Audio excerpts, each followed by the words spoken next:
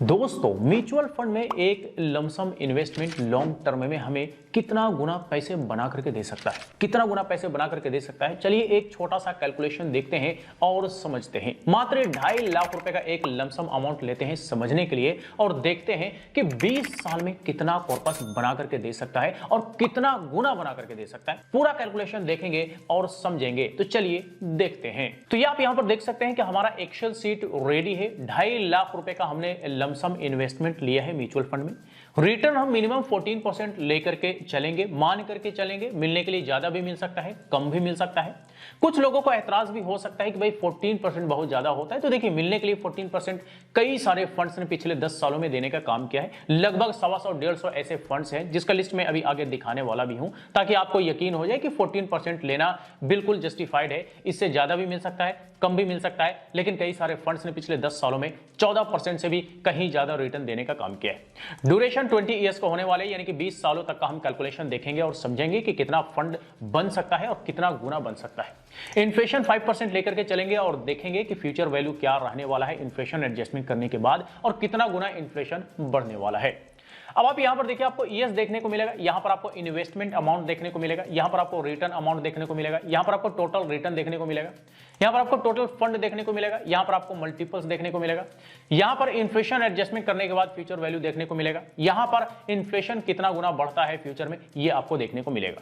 पहले साल का कैलकुलेशन देखते हैं। 2.5 लाख रुपए का एक लमसम इन्वेस्टमेंट म्यूचुअल फंड में किया गया। 35,000 रुपया पहले साल रिटर्न बना, यानी कि टोटल एक साल का रिटर्न 35,000 रुपए हो गए। टोटल फंड एक साल में बनता है 2,85,000 रुपए, यानी कि 1.1 गुना हमारे पैसे एक साल में बन चुके। लेकिन इन्फ्लेशन एडजस्टमेंट करने के बाद वैल्यू आप देखेंगे तो 2,71,429 रुपए रह जाता है। इन्फ्लेशन बढ़ा 1.05 गुना एक साल में। अब ये 5वां साल देखते हैं। 5वां साल आप देखेंगे तो जो वन टाइम का इन्वेस्टमेंट था वो सेम कंटिन्यू रहा। इस पर रिटर्न 5वें साल बना 59,113 रुपए। टोटल रिटर्न 5 साल में बना 2,31,354 रुपए। टोटल फंड 5 साल में तैयार हो जाता है 4,81,354 रुपए, यानी कि लगभग हमारे पैसे डबल हो चुके हैं 5 साल में। लेकिन इन्फ्लेशन एडजस्टमेंट करने के बाद वैल्यू आप देखेंगे तो लगभग 3,80,000 रुपए रह जाता है 5 साल बाद, यानी कि महंगाई बढ़ा 1.27 गुना 5 साल में। अब ये 10वां साल देखते हैं। 10वां साल आप देखेंगे तो जो वन टाइम का इन्वेस्टमेंट किया गया था उस पर 10वें साल रिटर्न देखने को मिलता है 1,13,818 रुपए। अगर रिटर्न की बात करें तो 10 साल में टोटल रिटर्न बनता है 6,76,806 रुपए, यानी कि हमारे इन्वेस्टमेंट के मुकाबले डबल से भी ज्यादा हमारा सिर्फ और सिर्फ 10 साल में रिटर्न बनता दिख रहा है। टोटल फंड की बात करें तो 9,26,806 रुपए 10 साल में बनता है, यानी कि 3.7 गुना हमारे पैसे 10 साल में बन चुके हैं। लेकिन इन्फ्लेशन एडजस्टमेंट करने के बाद वैल्यू आप देखेंगे 10 साल बाद तो 5,72,102 रुपए रह जाता है, यानी कि 1.62 गुना महंगाई 10 साल में बढ़ गए। अब ये 15वां साल देखते हैं। 15वां साल का देखेंगे तो वन टाइम का जो इन्वेस्टमेंट किया गया था उस पर हमारा रिटर्न बनता है 15वां साल 2,19,147 रुपए। और टोटल रिटर्न अगर देखेंगे 15 साल का तो 15,34,485 रुपए बनता है। ठीक है, टोटल फंड की बात करें तो 17,84,485 रुपए 15 साल में बन जाता है, यानी कि 7 गुना से भी ज्यादा हमारे पैसे यहां पे 15 साल में बनता दिख रहा है।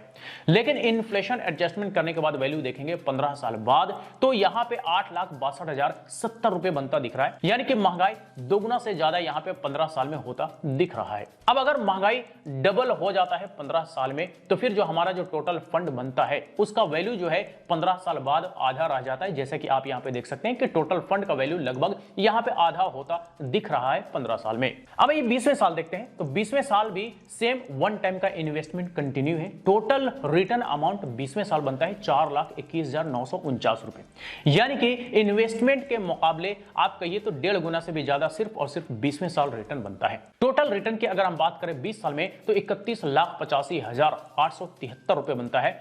और अगर टोटल फंड की बात करें तो 34,35,873 रुपए बनता है, यानी कि 13.7 गुना हमारे पैसे 20 साल में यहां पे बनता दिख रहा है।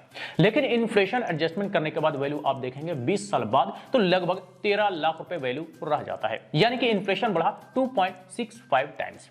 तो दोस्तों ये तो हमने यहां पर देख लिया कि एक लमसम इन्वेस्टमेंट अगर 2.5 लाख रुपए का म्यूचुअल फंड में किया जाता है और अगर लॉन्ग टर्म के लिए इन्वेस्टमेंट छोड़ दिया जाता है जैसे कि 15 साल 20 साल, तो फिर हमारा एक बड़ा कॉर्पस तैयार हो सकता है। जैसे कि 15वां साल अगर आप देखेंगे तो 15 साल में लगभग 18 लाख रुपए का कॉर्पस बन सकता है, 20 साल में लगभग 34.5 लाख रुपए का कॉर्पस तैयार हो सकता है, जो कि 13.5 गुना से भी ज्यादा हमारे इन्वेस्टमेंट के मुकाबले यहां पे टोटल कॉर्पस बनता दिख रहा है। अब ये जो हमने 14% का रिटर्न लिया था, 14% का रिटर्न का हम कुछ प्रूफ देख लेते हैं। दरअसल ये प्रूफ है, कोई रिकमेंडेशन नहीं है, तो आप अपना इन्वेस्टमेंट वगैरह अपने रिसर्च के आधार पे करें, बेहतर होगा। तो ये आप यहां पे देखेंगे फंड का नेम है, यहां पे कैटेगरी है, यहां पर लास्ट 5 ईयर्स का रिटर्न है, यहां पे लास्ट 10 ईयर्स का रिटर्न है। तो चलिए हम यहां पे फिल्टर अप्लाई कर देते हैं A to Z last 10 years वाले में। जैसे ही A to Z यानी कि लोवेस्ट टू हाईएस्ट हम रिटर्न फिल्टर अप्लाई करते हैं, तो यहां पर आप देखिए कि ये जो हाईलाइटेड सेक्शन है ये वो सारे फंड्स हैं जो पिछले 10 सालों से लगातार 14% से 22% के बीच रिटर्न देने का काम किया है, जैसा कि आप यहां पर देख सकते हैं। 22%, 22%, 20%, 20%, 19%, 18%, 17%, 16%, 15% और 14%, यानी कि लगभग 150 ऐसे फंड्स हैं जो पिछले 10 सालों से लगातार 14 से 22% के बीच रिटर्न देने का काम किया है। तो हमने तो कम से कम 14% लिया है, मिलने के लिए 18 भी मिल सकता है, 20 भी मिल सकता है, 22 भी मिल सकता है और मिलने के लिए कम भी मिल सकता है। तो हमने मिनिमम 14% इसलिए लिया है क्योंकि कई सारे फंड्स ने पिछले 10 सालों से लगातार 14 से 22% के बीच रिटर्न देने का काम किया है। तो ये हमने यहां पे 14% रिटर्न का प्रूफ भी देख लिया। अब ये जो हमारा टोटल फंड बनता है 20 साल में 34,35,873 रुपए। दरअसल टोटल फंड पे हमें टैक्स वगैरह नहीं देना होता, बल्कि हमारा जो टैक्स लगता है वो लगता है टोटल रिटर्न अमाउंट पे, क्योंकि टोटल रिटर्न अमाउंट ही हमारा कैपिटल गेन होता है, हमारा प्रॉफिट होता है। प्रॉफिट पे ही हमें गवर्नमेंट को टैक्स देना होता है। तो टैक्स वगैरह माइनस करने के बाद इन हैंड अमाउंट भी निकाल लेते हैं, यानी कि हमारे हाथ में टैक्स वगैरह चुकाने के बाद कितना पैसे आएंगे, चलिए देख लेते हैं। तो सबसे पहले टैक्स के बारे में बात करते हैं। तो अगर हम कोई शॉर्ट टर्म के लिए इन्वेस्टमेंट करते हैं और कैपिटल गेन होता है, यानी कि 1 साल के अंदर अंदर के लिए इन्वेस्टमेंट करते हैं और कैपिटल गेन होता है, तो उस पर हमें 20% का STCG टैक्स देना पड़ेगा। और अगर हम कोई लॉन्ग टर्म के लिए इन्वेस्टमेंट करते हैं, यानी कि 1 साल से ज्यादा तक के लिए इन्वेस्टमेंट करते हैं और कोई कैपिटल गेन होता है, तो उस पर हमें 12.5% का LTCG टैक्स देना पड़ेगा। और ये जो हमने यहाँ पे 20 साल तक का कैलकुलेशन देखा है, दरअसल इस पर हमें LTCG टैक्स 12.5% का देना पड़ेगा, जो कि अभी हम कैलकुलेट करके इन हैंड अमाउंट भी देखेंगे। LTCG पर हमें गवर्नमेंट जो है वो टैक्स में एग्जेम्पशन देती है 1.25 लाख रुपए का, यानी कि 1,25,000 रुपए का। तो इससे ऊपर का जो भी प्रॉफिट बनेगा, कैपिटल गेन होगा, उसी पर ही हमें टैक्स देना पड़ेगा। तो ये भी हम माइनस करके आगे कैलकुलेशन में देखेंगे। एक्सपेंस रेशियो भी होता है मामूली सा हर एक फंड का, ये भी देना पड़ता है। कई सारे फंड्स में एग्जिट लोड भी देना पड़ता है, नहीं भी देना पड़ सकता है कई सारे फंड्स में। तो ये सारा डिटेल्स आपको आपके फंड के डिस्क्रिप्शन में देखने को मिल जाएगा, इसका डिटेल्स जरूर से जरूर चेक कर लें। अब चलिए टोटल प्रॉफिट अमाउंट लेकर के हम निकालते हैं इन हैंड अमाउंट। तो इन हैंड अमाउंट निकालने के लिए हम टोटल रिटर्न अमाउंट यानी कि टोटल प्रॉफिट अमाउंट यहां पे ले लेते हैं, जो कि है 31,85,873 रुपए। ये अमाउंट हम यहां पे ले चुके हैं। अब हमें टोटल प्रॉफिट में से सीधे सीधे LTCG टैक्स 12.5% का नहीं देना होता है, बल्कि गवर्नमेंट जो हमें 1,25,000 रुपए का करंटली टैक्स में एग्जेम्पशन दे रही है, हम ये वाला अमाउंट लेकर के चलेंगे। तो हम टैक्स एग्जेम्पशन अमाउंट यहां पे माइनस कर देंगे। माइनस करने के बाद हमारा टैक्सेबल अमाउंट निकल करके आता है 30,60,873 रुपए। अब इस पर हमें LTCG टैक्स 12.5% का देना पड़ेगा, जो कि बनेगा 3,82,609 रुपए। अब जैसे ही हम टैक्स वगैरह चुकता करते हैं तो हमारा नेट प्रॉफिट बनता है 26,78,264 रुपए। ये हमारा प्योर नेट प्रॉफिट अमाउंट है। लेकिन जैसे ही अगर हम इन हैंड अमाउंट करते हैं तो हमें टोटल करना पड़ेगा नेट प्रॉफिट अमाउंट प्लस हमारा इन्वेस्टमेंट अमाउंट प्लस हमारा टैक्स में एग्जेम्पशन वाला अमाउंट।